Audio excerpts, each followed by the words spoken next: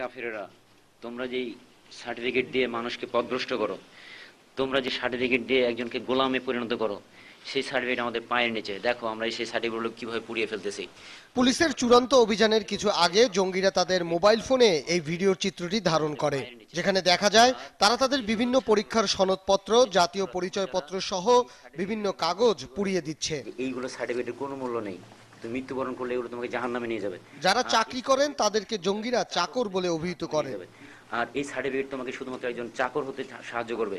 তুমি কি কখনো ভেবে দেখেছো, তুমি তো নিজেকে শিক্ষিত দাবি করো, তুমি কখনো ভেবে দেখেছো যে তুমি পড়াশোনা শেষ করে কি করবে?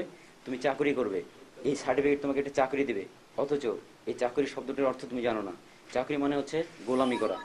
যারা গোলাম তারাই চাকরি করে, তোমাকে গোলামি করাচ্ছে, অথচ তোমাকে স্যার বলে ডাকতেছে, তারা চাকর বলতেছে না। জঙ্গিদের ভেঙে ফেলা মোবাইল ফোনের মেমোরি কার্ড থেকে আরো উদ্ধার করা হয়েছে জঙ্গি সেজাদ রৌফ, তাজুল হক রাশিক ও জোবায়ের হোসেনের কথা, যেখানে তারা পরিবারের সদস্যদের প্রতিও নানা বিষোদ্গার করে।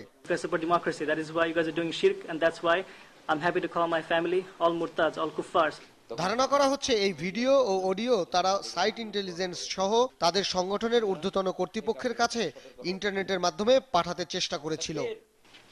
হে কাফেরেরা, তোমরা যেই সার্টিফিকেট দিয়ে মানুষকে পথভ্রষ্ট করো। পারভেজ রেজা।